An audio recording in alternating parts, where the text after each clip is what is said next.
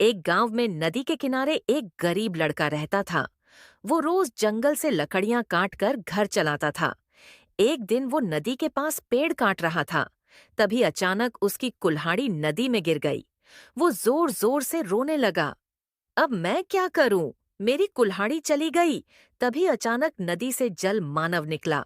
उसके हाथ में दो कुल्हाड़ियां थीं, एक सोने की, एक लोहे की। जल मानव ने पूछा, इनमें से कौन सी तुम्हारी है? लड़के ने ईमानदारी से कहा, मेरी तो सिर्फ लोहे की कुल्हाड़ी है। जल मानव मुस्कुराया और बोला, तेरी ईमानदारी से मैं बहुत खुश हूँ। ये लो तुम्हारी लोहे की कुल्हाड़ी भी, और इनाम में सोने की भी ले जा। लड़का बहुत खुश हुआ और घर चला गया। पर अब उसके मन में लालच आ गया। अगले दिन वो जानबूझकर अपनी पुरानी रस्सी नदी में फेंक देता है। फिर से रोने लगता है। जल मानव फिर से नदी से बाहर आया।